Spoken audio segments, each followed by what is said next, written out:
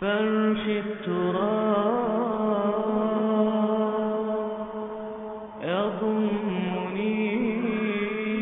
Whilst addressing the assembly in the madrasa, I asked the students few questions. I asked them, why do we eat? And they replied, Moulana, because we get hungry. I asked, why do we drink water? And they said, we get thirsty, and so we drink water to quench our thirst. I asked, why do we wear clothing? They said, we need to cover our body, and therefore we wear clothing. I asked them, why do we go to madrasa? Why do we attend school?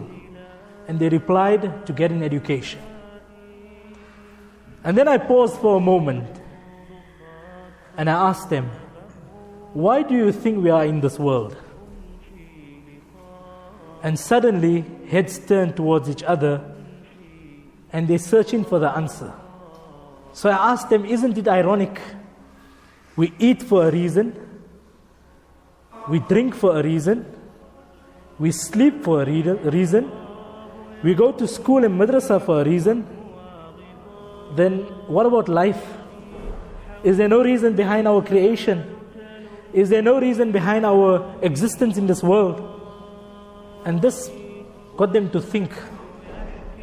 And then I explained to them by way of example.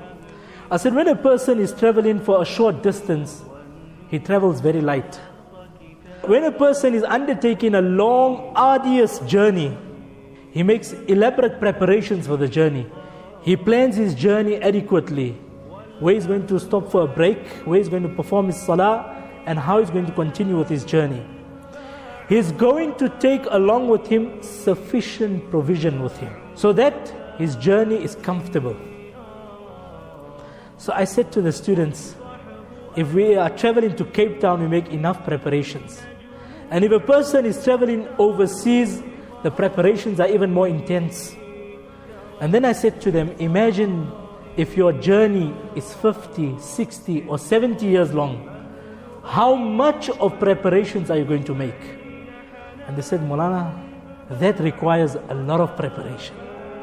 I said, likewise, Allah has sent us in this world for a period of 40, 50, 60 or 70 years. And it's a journey that we are making towards Akhirah.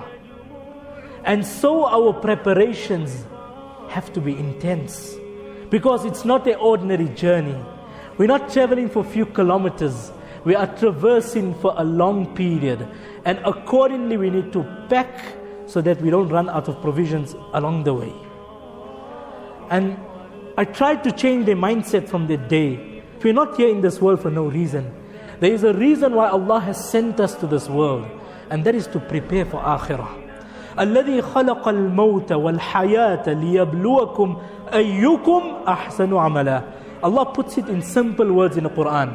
Allah says, we've created the system of life and death so that we may test you, that which one of you prepares in this world for his abode of Akhirah. Simple as that.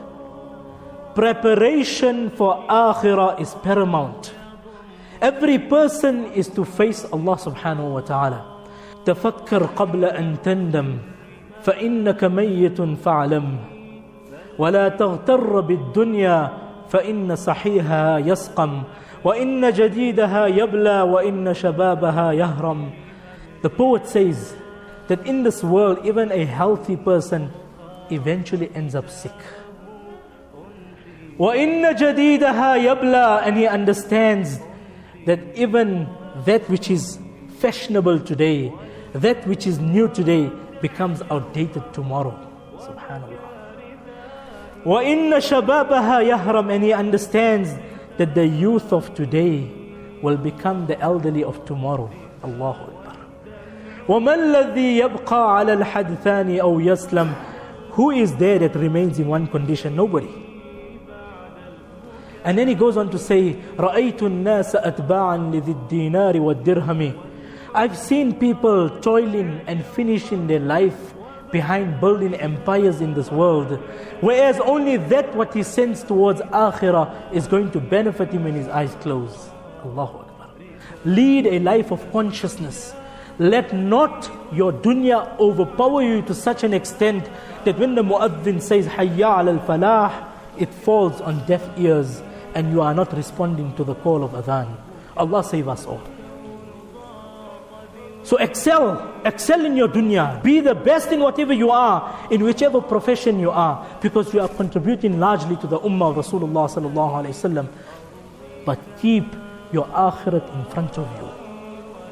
An astute businessman will make an investment in his akhirah. وَلْتَنْظُرْ نَفْسٌ مَا قَدَّمَتْ لِغَدٍ. Allah says, let every person think, what is he going to send forward for his akhirah? Every person sitting here needs to reflect. What am I sending for my akhirah? What investment am I making?